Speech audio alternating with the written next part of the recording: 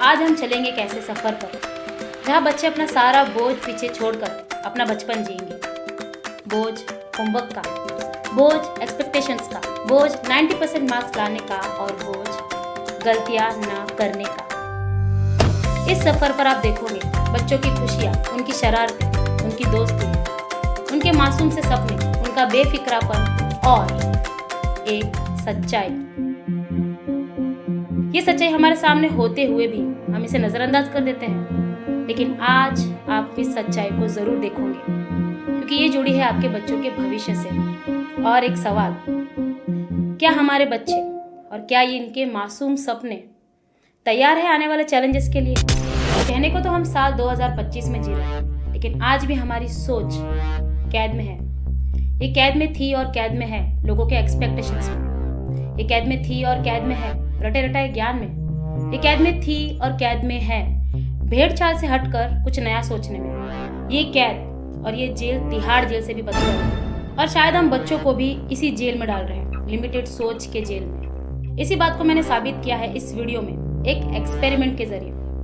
और वो एक्सपेरिमेंट 4 दीवारी में नहीं हो सकता, इसलिए हम बच्चों को खुले आसमान के नीचे लेकर चलते। तो फिर आप भी चलिए हमारे साथ इस सफर पर। अब क्या था ये एक्सपेरिमेंट? बच्चों को ड्राइंग करना बहुत पसंद है, इसीलिए हम बच्चों को नेचर के करीब लेकर गए और एक सिंपल सा टास्क दिया।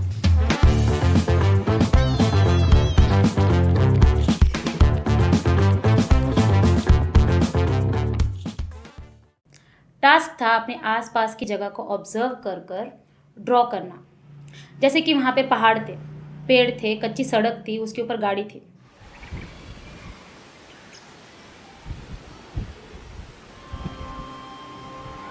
लेकिन एक साथ में कंडीशन थी, उस ड्राइंग के साथ आपको खुद की क्रिएटिविटी ऐड करनी है, कुछ भी, इमेजिनेशन।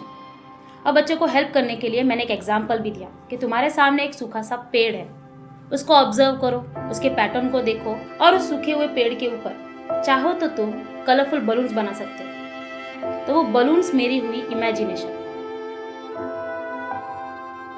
बच्चों की इमेजिनेशन देखने के लिए बहुत ही अच्छा तरीका है। टास्क देने के बाद बच्चे अपने काम पर लग गए, लेकिन हम हैरान हो गए। बच्चे आउट ऑफ द बॉक्स सोच ही नहीं पा रहे थे। ऐसा लग रहा था वो कुछ नया इमेजिन ही नहीं कर पा रहे। हमसे आके पूछ रहे थे कि ड्रॉ क्या करें। तुम्हें आसमान का कलर है ना, इसमें तुझे कौन जज कौन कर रहा है? कोई जज नहीं कर रहा है। इस सब कंडीशन में हमारे सामने एक सवाल खड़ा हुआ, ऐसा क्यों हो रहा है और इसके पीछे वजह क्या है? कुछ बच्चों ने अच्छा ड्राइंग किया, लेकिन बहुत सारे बच्चे थे जिन्होंने बीच में ही हार मान ली। जब हमें घर से निकलने के पहले मैम ने बोला था कि हम ड्राइंग करने वाले हैं वहाँ पे जाने के बाद, तो मैं बहुत एक्साइटेड थी बिकॉज मुझे ड्राइंग बहुत पसंद है। तो हम वहाँ पे जाने के बाद हमें एक प्लेस बताई, वहाँ पे हम बैठे और हमने सारी चीज़ें ऑब्जर्व की। जैसे कि वहाँ पे ट्रीज थी, स्काई में सन और क्लाउड्स भी थे, ग्रासेस थी एंड सारी चीज़ें थी एक्सेट्रा। तो हम वहाँ पे जाने के बाद मैम ने हमें बताया कि हमें उसके अंदर एक कुछ तो इमेजिनरी या फिर जान डालनी है। तो हमने सबने कुछ तो क्रिएटिव किया था। तो मैंने एक टेम्पल बनाया, टेम्पल के ऊपर एक परी थी और उसने वो टेम्पल के ऊपर फूल डाल रही, ऐसा मैंने दिखाया था। और लास्ट में सारे जनों ने कुछ नहीं तो कुछ क्रिएटिव किया था, मेरे को सबका पसंद आया।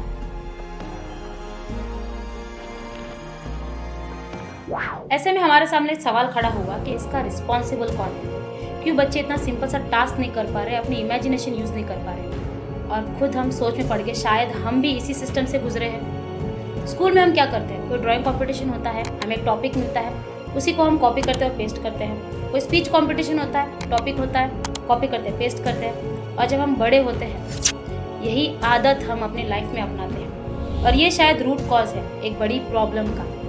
प्रॉब्लम ये कि इंडिया कुछ अलग इनोवेटिव कर नहीं पा रहा। आप ज़रा खुद सोच के देखिए, इंसानों ने बहुत ही कम समय में तरक्की की, लेकिन उसमें इंडिया का कंट्रीब्यूशन बहुत कम था। क्यों? हमारा पुराना एजुकेशन सिस्टम। क्योंकि हमारा एजुकेशन सिस्टम बच्चों को कॉपी पेस्ट करना सिखा रहा है। फॉर एग्जाम्पल 2009 में एक मूवी आई थी अवतार। उस बात को 16 साल हो चुके हैं, लेकिन अब तक इंडिया में वैसी उस लेवल की इनोवेटिव मूवी कोई बना नहीं पाया। उसके बाद भी बहुत सारे एग्जाम्पल हैं, जैसे कि अमेजोन को कॉपी किया फ्लिपकार्ट, उबर को कॉपी किया ओला ने, एक और ऐसा एग्जाम्पल है रिलायंस। उन्होंने कोई बड़ी प्रॉब्लम का सोल्यूशन नहीं निकाला है, उन्होंने खाली एक सिस्टम को कॉपी किया, इंडिया में पेस्ट किया और अभी अरबों कमा रहे हैं। मुझे यहाँ पर यह कहना है कि हम कुछ अलग नहीं कर रहे हैं और यही सिस्टम, यही कॉपी पेस्ट की आदत हम इस जनरेशन को लगा रहे हैं। आपके हिसाब से एजुकेशन की परिभाषा क्या होनी चाहिए? इंडिया में तो इसकी डेफिनेशन है इन्फॉर्मेशन का रट्टा मार, लेकिन एल्बर्ट आइंस्टाइन ने कहा था imagination is more important then knowledge, यानी इन्फॉर्मेशन से भी ज़्यादा ज़रूरी है इमेजिनेशन करना। और सही भी है।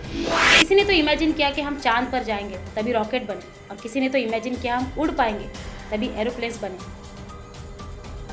ऐसे में सवाल आता है, क्या हम बच्चों को वैसा एजुकेशन दे रहे हैं जिसके वो हकदार हैं? क्या हम बच्चों को अंधेरी खाई में ढकेल रहे हैं? और इस हम में आते कौन हैं? इस हम में आते हैं आप, मैं, समाज, यहाँ का एजुकेशन सिस्टम, टीचर्स, हम सभी। जब मैंने ये बात जानी तब मैंने तो ठान लिया, मैं ऐसा होने नहीं दूंगी। मैं कोशिश करती रहूंगी। एक कोशिश, बच्चे अपने पोटेंशियल को पहचान कर अपने स्ट्रेंथ और वीकनेस को समझ सके। एक कोशिश, बच्चों को इस क्षण में जीना सिखाना, इस क्षण में जीकर ना अतीत की चिंता और भविष्य का डर उन्हें ना सताए। तो भविष्य में है ना अतीत में, जीवन तो इस क्षण का नाम, अर्थात इस क्षण का अनुभव ही जीवन का अनुभव।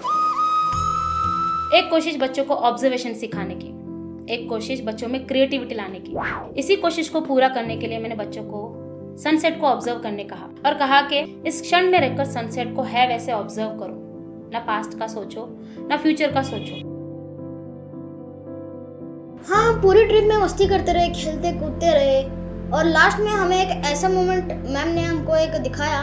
उस टाइम पे मेरी एक ऐसी प्रॉब्लम है कि मैं चुप नहीं बैठता, मैं बोलता रहता हूँ यहाँ से, फिर मेरा मतलब कि मेरे को कुछ ना कुछ मैं करता ही रहता हूँ। और जब वो एक ऐसा मैजिकल मोमेंट था कि उस टाइम पे वो इतना मुझे अच्छे से फील हुआ कि हाँ ये ऐसा, इसमें कुछ ऐसी ताकत है।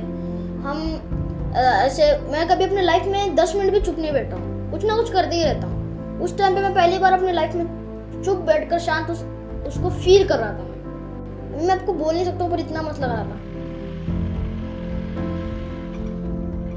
हाँ, ये बात मानती हूँ कि बच्चे शायद अभी इस बात को समझ ना पाए, लेकिन 10-15 साल बाद अगर इन 25 बच्चों में से एक बच्चा भी बड़े होकर मेरी इस बात को समझ ले और अपनी जिंदगी में उतार दे, तब मैं मानूंगी कि मेरा टीचिंग करियर सफल रहा और मेरी कोशिश हमेशा जारी रहेगी।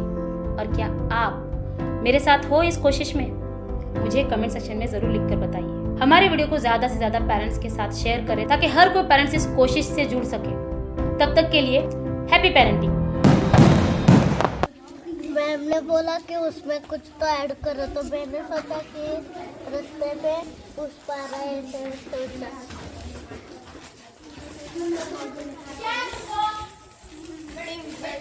क्या दिख रहा है? कुछ भी नहीं ना, सब कुछ तो है। पेड़ है, वो मंदिर है, घास है। मेरे को पेड़ ही बना दे। तो बना ना, पेड़ बना दे। मैंने देखा कि यहाँ पर एक सूखा पेड़ है जो बहुत ऐसे, उसकी जो डंडी है ना वो कुछ ऐसी है, इसलिए इसमें एक झूलता हुआ झूला मस्त लगेगा, इसलिए मैंने यहाँ पर एक झूला बनाया। नीचे जो ग्रास का कलर था ना वो येलो था, इसलिए मैंने यहाँ पर ग्रीन कलर की ग्रास भी ऐड कर दी है और पतंग भी बनाए।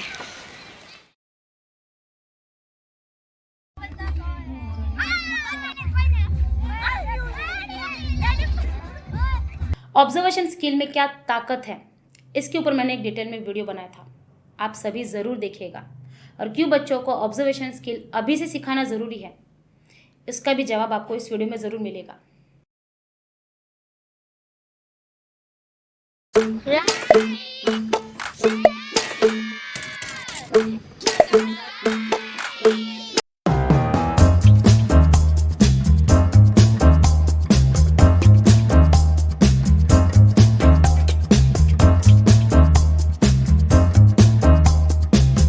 भी अपने बच्चों की क्रिएटिविटी को सपोर्ट करने के लिए इस एड्रेस पर उनके ड्राइंग्स को भेज सकते हो या फिर हमें ईमेल कर सकते हो, ताकि हम दुनिया के सामने आपके बच्चों के टैलेंट को रिप्रेजेंट कर सकें।